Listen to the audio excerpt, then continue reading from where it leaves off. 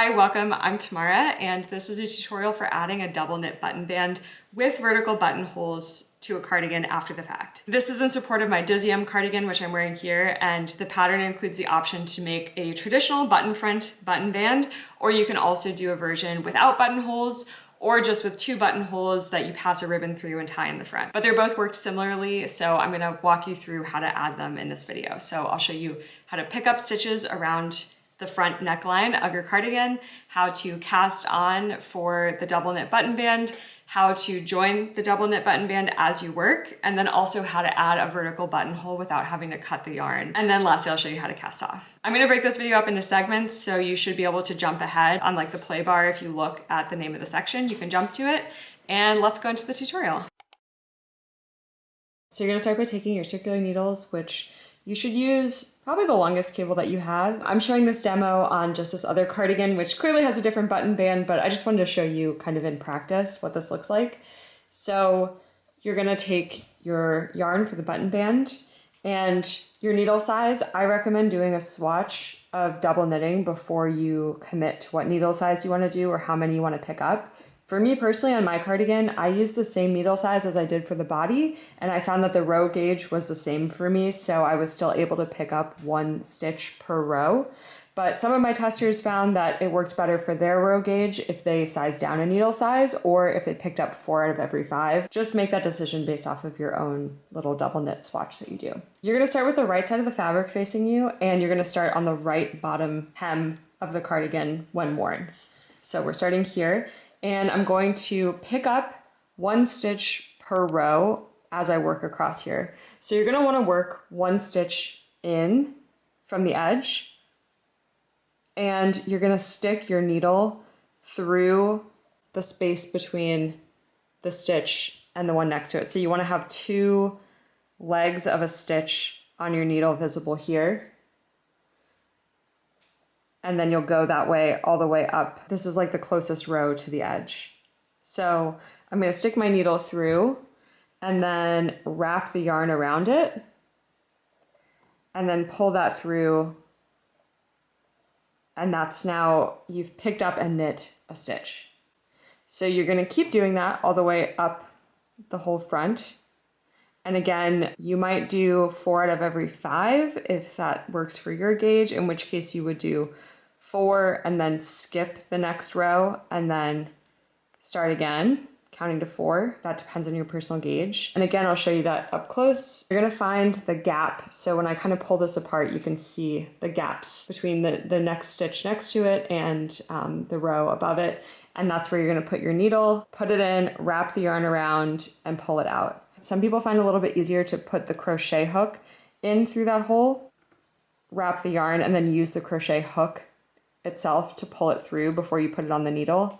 That's totally fine if you want to do that too. I'm just going to keep going, picking up 1 stitch per row. So in my case, I'm just using this on like a demo cardigan, but if you are doing it on like a V-neck cardigan or something where the button band will go all the way around, you'll keep going all the way up here. You'll go all the way around the neck, all the way around the back, and then all the way back down so that your final stitch picked up will be on the bottom of the other side. So I'm gonna just finish picking up along the front here just to kind of show you for demonstrations purposes, and I'll join you back in a second. And once you finish picking up all those stitches, you're going to cut the yarn, leaving a tail to weave in later. Before we cast on the button band, it's a good idea to stop and put some stitch markers where you want your buttons to go. So my general recommendation is to always put a button pretty close to the bottom. So I'm gonna put a stitch marker about a 1/2 inch or 1 inch from the bottom, depending on the size of your button. And then I also like to put one at the top of where I would want the cardigan to button. So in this case, I'll put it like just below the rounded neck, but for a V-neck, I would put it just below the depth of the V so that you can button it all the way to the top of the V-neck. And then you're gonna wanna evenly distribute the rest of the buttons in between that distance. So a little bit of like helpful math for doing that is you could divide the length by 1 less than the number of buttons you need to place, and that will give you like an even distance that you should measure in between each button length. You can also kind of eyeball it. You can kind of count the distance in between and say, I'm gonna put 10 stitches in between each buttonhole, for instance. Once you have all your stitch markers down for where you want them to be, we're gonna come back to the side where we first started picking up stitches, so on the bottom right of the cardigan when worn. So we're gonna cast on at this point for the double knit button band itself. So take your working yarn, and remember we cut the working yarn where you finished picking up the stitches, so now we're gonna rejoin the yarn at this point. And the first thing you're gonna do is turn your work so that the wrong side is facing you. So now I'm rejoining my yarn, so I have the tail, I'm gonna face that away from me, and then this one that's connected to my actual ball of yarn. And I'm gonna leave at least like probably 8 or 9 inches of tail because we're gonna use some of that to cast on and then you want enough to weave in later. Okay, so for this first stitch, you're gonna put your needle on top of the yarn, grab the working yarn with your hand and the tail on top, and you're gonna kind of keep them both in your same fist. Tail is on top, the working yarn is down here, and twist. So I've got the tail up here and the working yarn down here, and you're gonna hold them both in your hand, but then use your fingers to separate them. Now I'm gonna use the tubular or Italian cast on. So we're gonna alternate between a knit and a purl. So the way to do the knit stitch is to go under the yarn at your thumb and over the yarn at your pointer finger, and then bring them both down around. So that's one knit stitch that's cast on. So I'll show you that again. So we have just this plain twist is the first one, and then I'm gonna go under and through the middle of both, over the pointer finger, and then back down around both. And that's our first knit stitch. Now we're gonna do a matching purl stitch. So go under the pointer finger, up through the middle, and over the thumb finger. And that's our next purl stitch. So I'm gonna cast on for this sweater 12 in total, so I already have 3. So let's do another knit. We're gonna alternate knit and purl. So again, for the knit, go under the thumb, over the pointer, and then back down around both of them. And then the purl under the pointer, over the thumb, and back down around. So 1, 2, 3, 4, 5, 6, 7, 8, 9, 10, 11, 12, and we're ending on this knit stitch. So this tension can be a little bit funky. Like you'll notice these are really, we're just twisting the yarn around. We don't have anything really stabilizing it. So I'd recommend just kind of giving an extra twist and then kind of holding that stitch stable for a sec, and then we're gonna turn our work. So now we're looking at it from the other side, and we're going to work across these stitches in double knitting. So the double knitting repeat is to slip the purl stitches and knit the knit stitches. So with this kind of funky tubular cast on, the ones that have a bump here are working as our purl stitches, and the ones that don't have a bump are working as our knit stitches. You can see that just on this very first row, this stitch is actually kind of in a twisted orientation. So just for this first one, we're gonna knit into the back of those, but let's start off with our double knit repeat. So bring the working yarn to the front, and I just have this tail kind of held in this hand just to stabilize it. And you're gonna bring the yarn to the front and slip this first stitch without working it. So you're not gonna purl it or knit it. Next, we have our first knit stitch, and just for this first setup row, you're gonna knit into the back loop for that instead of the front loop. Bring the yarn to the front again and slip this purl stitch, and then knit the next one through the back leg, slip the purl stitch, knit through the back leg, slip the purl stitch, knit through the back leg, slip the purl stitch, knit through the back leg, slip the purl stitch, And then here we have our last, just a little twist that we first did when we were setting up the cast on. And you can see here, this isn't connected yet to the actual stitches that we picked up at the button band. So I need to connect the button band to this double knit band that we're working. So the way that we're going to do that is the last stitch on every right side row will be worked together with a stitch that we picked up along the button band. And that's how we're joining it every row that we work. So I'm going to knit those together through the back loop. So to do that, you stick your right needle through the back legs of both of these two stitches. And this is called a knit two together through the back loop, or KTOG-TBL. Wrap the working yarn and pull that through. So now we knit those two stitches together, and you might need to give a little tug on the tail that you used to pick up those first stitches, but we've knit those two stitches together, and now you can see the button band that we're working is actually joined to the cardigan. So that was our first setup row. And then we're going to turn our work and do the same thing on the back. So we're gonna slip the first stitch with the yarn in front,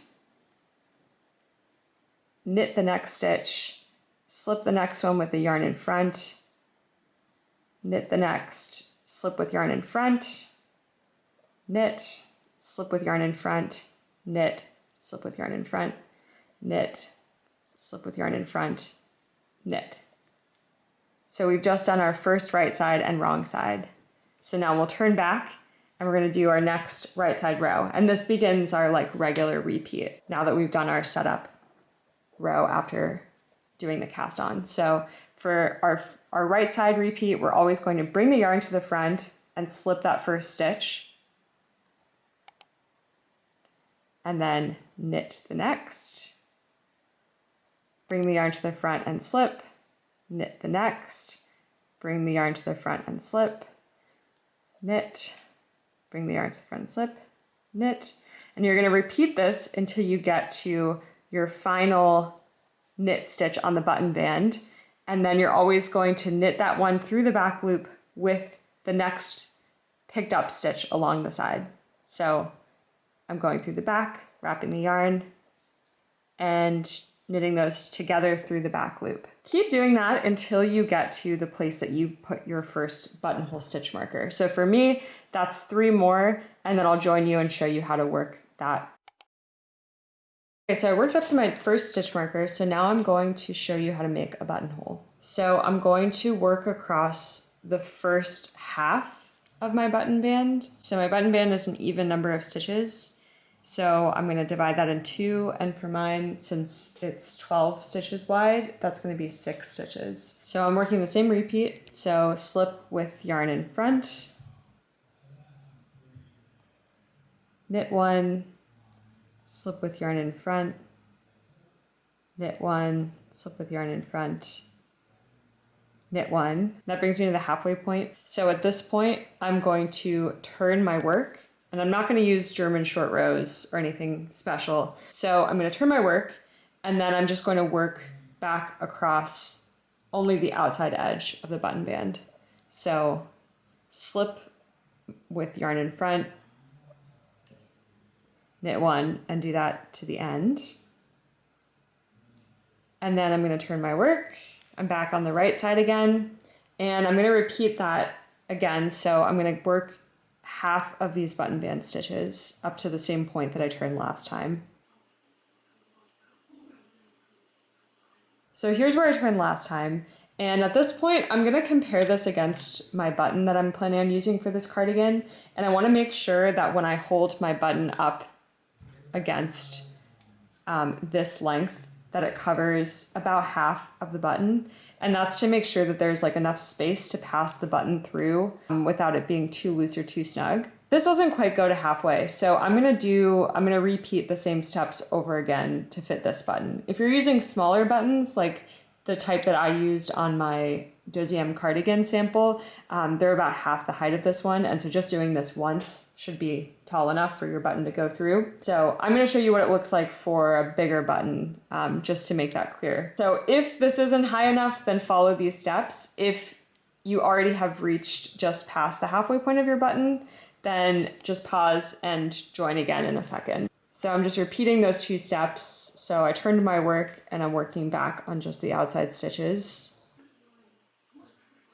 And I'm back on the right side and I'm working to the point where I turned. So now I've reached the point where I turned and I'm going to compare, and this definitely does go just past the halfway point of my button, so that should be high enough. So at this point, I'm going to join these 2 sides together, and the way that I'm going to do that is by doing 1 yarn over for each set of those steps that I repeated. So if I just worked the outside out and back once, then I'm going to do 1 yarn over. In this case, I worked that twice, so I'm going to do 2 yarn overs in a row. So again, if you just went out and back once, do a single yarn over.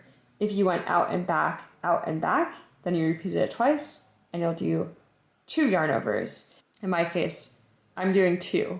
So I'm just bringing the yarn over once and then twice, and those are the 2 yarn overs on my needle. So now I'm going to go and join after those 2 yarn overs. I'm going to come back to work the inside stitches. So I'm starting again with a slip with yarn in front, knit, slip with yarn in front, knit, slip with yarn in front, and then knit 2 together through the back loop. So now I've joined those 2 together and I have 2 yarn overs here. You might have 1, you might have 3. So turn your work, and now we're going to work the wrong side. So slip 1 with yarn in front, knit 1, slip 1 with yarn in front, knit 1, slip 1 with yarn in front. And then now I'm at the last knit stitch before my yarn overs. So when you reach this point, you're going to knit the yarn over and the stitch together as if it's a knit 2 together. So I'm going up under this front leg of my yarn over and then also through the front leg of the knit stitch, and I'm knitting those 2 together. So I've just gotten rid of 1 of the yarn overs and I still have 1 left. Yes, I still have 1 yarn over left. So if you still have a yarn over left, then turn your work again to the wrong side and work that back again. So slip 1 with yarn in front, knit 1, slip 1 with yarn in front, knit 1, slip 1 with yarn in front, knit 2 together through the back loop, turn your work again, you're on the wrong side. And in this part, we're just working the inside stitches the same number of times that we worked the outside to bring them back to be even with each other. So I'm going back to the last knit stitch before my yarn over, and I'm going to knit those 2 together just like I did before. And now you can see the heights of these 2 sections match again, and I don't have any more yarn overs left. So once you've reached the point where you have no more yarn overs between the 2 sections, then you can just keep working across all the stitches because you've now brought these up to be the same height again. So here you can see as I finish that row, now I have this vertical buttonhole, and there's the same number of rows on each side of it. And I'm going to go back to my right side. And now when I work my next right side row, it's just the same double knit repeat as before. And I don't have any extra stitches above the buttonhole because I had worked those yarn over holes with their neighbors. So I'm back to the same number of stitches that I cast on, which was 12 for the button band. So what I would recommend is working a few more rows and then trying to make sure that you can actually pass your button through. Sometimes it ends up being, oops, okay, so that one does go through, but sometimes it ends up being a little bit looser, a little bit tighter than you intended. So I just think it's always a good idea to double check before you work the entire thing and realize the buttonhole is too big or too small. So for the rest of the cardigan, you just keep doing that all the way across. Every time you hit one of these button stitch markers, you're going to work the buttonhole with the same steps that you followed in the first one. And then once you're done with all the buttonholes along the other side, you'll just continue working until you reach the very end of the cardigan band. So now I'll show you how to cast off. Imagine that I worked the button band all the way down to the left hem, and I just have one more picked up stitch on my needle. So I have whatever the width of my button band is plus one more stitch. I find the Italian tubular bind off to be a little bit fussy, so I avoid it when I don't really need it. And you don't really need this edge to be super stretchy because you're not stretching it around like a cuff, for instance. So I'm just gonna cast off kind of like a normal cast off, but I'm just going to slip the stitches that I've been slipping in the row. So I'll show you what I mean. So I'm just gonna go, and the first stitch on my row is slip one with yarn in front. The next stitch is knit one, so I'm going to knit one, and then I'm going to pass that slipped stitch over, so I've now cast off the first stitch. The next one is slip with yarn in front, and I'm going to pass over the stitch that I knit over that one. So I'll just continue that repeat across the row. So I'm always slipping the stitches that I have been slipping, and anytime I have two stitches on my right needle, I pass the previous one over the most recent one. So keep working like that across the row.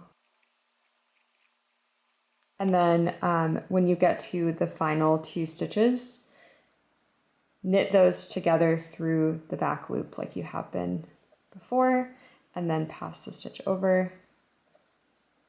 And then cut your yarn, leaving a tail to weave in, and pull that stitch through to secure the final cast off. So there's your cast off button band, and then you'll just weave in that last end, and that's it. So you have this button band. I'll show you that these buttonholes do fit these buttons. It's a little bit snug, but you kind of want that to be snugger rather than too loose because you don't want your buttons to pop out. And that's how to do a very simple button band with vertical buttons on a cardigan. I hope this was helpful. Let me know if you have any questions. Feel free to leave a comment. And I hope you have a great time knitting your beautiful button bands.